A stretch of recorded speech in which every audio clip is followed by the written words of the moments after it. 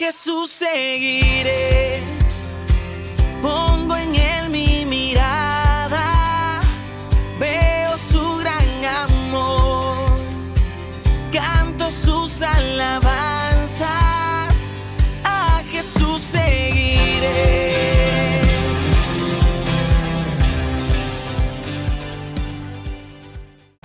Dios le bendiga, queridos hermanos, muy buen día con cada uno de ustedes.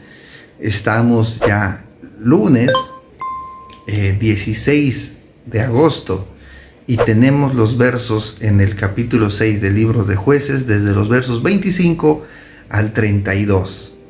Estamos viendo la historia de Gedeón. Así que antes de poder entrar a leer los versos, yo les pido que me acompañen a hacer una oración. Padre Celestial, gracias por este día, por este tiempo, por esta hora, Señor. Que tu gracia y tu misericordia nos ayuden a poder entender tu palabra, guardarla en nuestro corazón y aplicarla a nuestra vida. Gracias, Señor. En el nombre de Jesús, amén. Muy bien, amados hermanos, vamos a continuar con la historia de este tremendo personaje, de este juez de Israel, con Gedeón. Así que verso 25 del capítulo 6 dice: Aconteció aquella misma noche que el Señor le dijo: Toma un toro del hato que pertenece a tu padre y un segundo toro de 7 años. Luego derriba el altar de Baal que tiene tu padre y corta el árbol ritual de acera que está junto a él. Edifica ordenadamente un altar al Señor tu Dios en la cumbre de este peñasco. Luego toma el segundo toro y sacrifícalo en holocausto sobre la leña del árbol ritual de acera que habrás cortado. Entonces Gedeón tomó 10 hombres de sus siervos e hizo como el Señor le había dicho. Pero sucedió que, temiendo hacerlo de día, por causa de la casa de su padre y de los hombres de la ciudad, lo hizo de noche.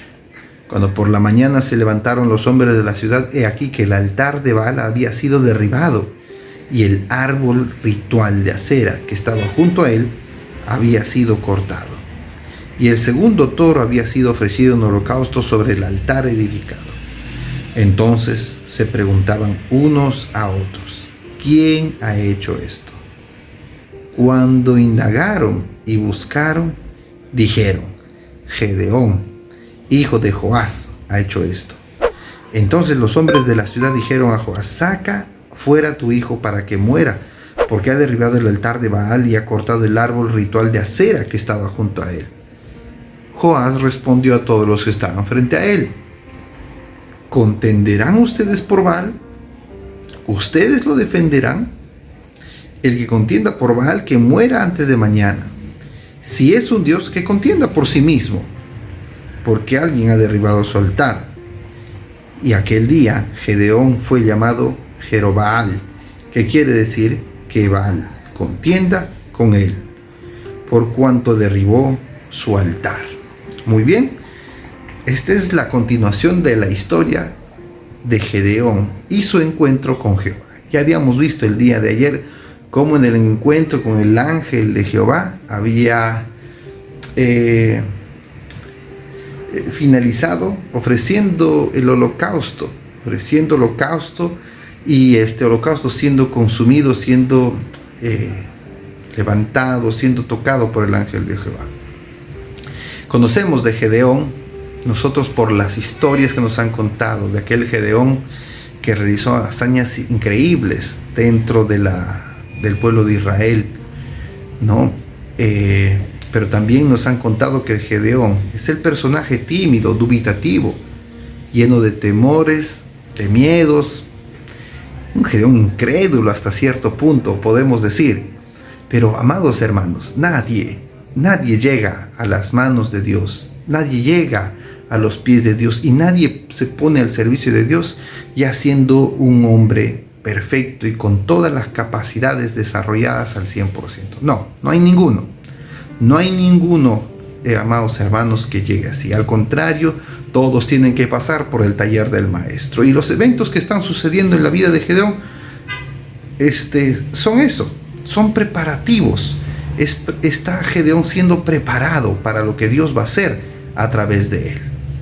Y Gedeón, como decimos, este tímido personaje, este dubitativo hombre, este hombre que se atrevió a pedirle a Dios, decirle, dame una señal, ahora dame otra, ahora dame una más, ¿no? Ese es el mismo que estamos leyendo. Había un problema alrededor de Gedeón que tenía que ser erradicado. El primero era que la idolatría se había apoderado del contorno, del alrededor del contexto de Gedeón, a tal punto que el mismo padre de Gedeón había ayudado o había guiado, direccionado que se edifique un altar a Baal y que se consagre un árbol para la adoración a Acera. Todo estaba plagado de idolatría y Dios tenía que hacer algo al respecto, porque de ese pueblo iban a salir los famosos 300 que iban a enfrentar después a la nación invasora. Y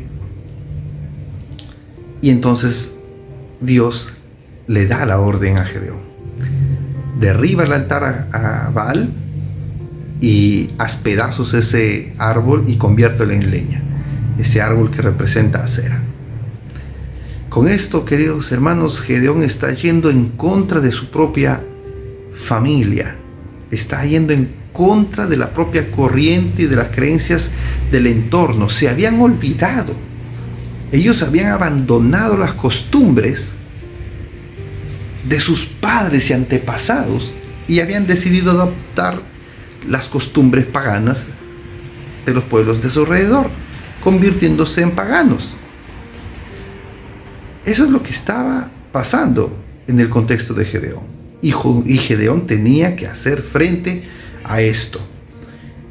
Una ventaja tremenda en la vida de Gedeón es que fue obediente.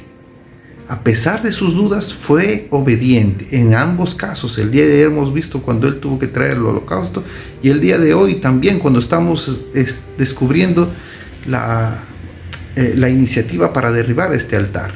Se fue de noche, derribó el altar, hizo pedazos el árbol con la ayuda de 10 de sus siervos y edificó el altar a Jehová y presentó el holocausto. Y ¿saben qué, hermanos? Esas actitudes son las que marcan la diferencia, porque la mañana siguiente, quien da la evidencia de que esta actitud, de que esta decisión de Gedeón de ponerle un alto a estas costumbres es su padre. Porque cuando vienen a buscar la vida de Gedeón, es su padre el que sale a sacar cara por él. Y quizás porque es su hijo, pero también motivado, esto dice el texto, el comentario, por la actitud de Gedeón. Porque cuando buscan la vida de Gedeón, los hombres del pueblo, Joás dice: ¿ustedes van a defender a este ídolo? ¿Ustedes van a tratar de contender a causa de Baal? Que él se defienda. Que se defienda él. Si él ha sido el ofendido, si han derribado su altar, que salga él y se defienda. Poniéndose de esa forma del lado de Gedeón. Y quién sabe en su corazón también entendiendo que el haber edificado un altar a Baal había sido un error, un pecado. Queridos hermanos, nuestras decisiones, los actos de obediencia que nosotros podemos tener delante de Dios, pueden marcar la pauta y la diferencia con respecto al entorno donde estamos. Nosotros no tenemos por qué seguir a la corriente de este mundo. No tenemos por qué adaptarnos a las costumbres de nuestros antepasados si éstas contradicen los mandatos de Dios. Nosotros no tenemos por qué repetir la historia de nuestros ancestros si es que sus caminos han estado lejos de Dios. Nosotros tenemos, una vez que hemos conocido a Cristo, que marcar la pauta en nuestra vida, en nuestra familia, en nuestros padres, en nuestros hermanos, en la esposa, en el cónyuge que tenemos, y luego así en nuestros hijos. Porque la decisión que tomemos va a permitirle a Dios tener esa puerta, esa entrada, como dice Hechos 16:31, para que Él pueda entrar a nuestra casa y poder traer mensaje de salvación.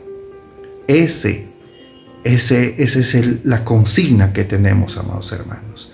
Ser obedientes al proceso de Dios, ser obedientes a la voz de Dios, ser obedientes a la palabra de Dios que tenemos nosotros delante de nosotros.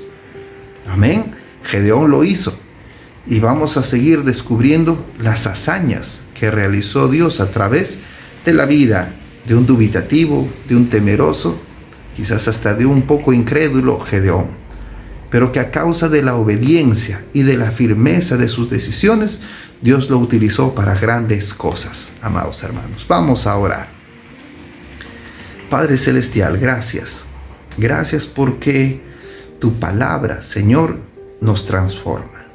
Tu voz es como una luz, Señor, delante de nuestros pies. Ayúdanos a ser obedientes a ella. Ayúdanos, Señor, a no repetir la historia, Señor, de nuestros antepasados. Esa historia que puede haber estado lejos de ti, lejos de tus caminos. No tenemos por qué repetir, Señor Dios mío, esos caminos o esos pasos. Al contrario, que nosotros, que nuestra generación pueda marcar, Señor Dios mío, esa senda la cual nosotros podemos caminar tomados de tu mano. Y de esa forma nuestros hijos y los hijos de nuestros hijos puedan, Señor Dios mío, tenerte a ti como esa luz, como esa guía, como ese Dios todopoderoso a quien seguir y a quien servir.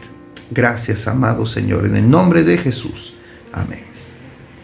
Muy bien, amado hermano, Dios le bendiga. Tenga usted un maravilloso y precioso día. Y recuerde, la decisión que usted tome va a marcar sustancialmente, drásticamente, el entorno donde usted está.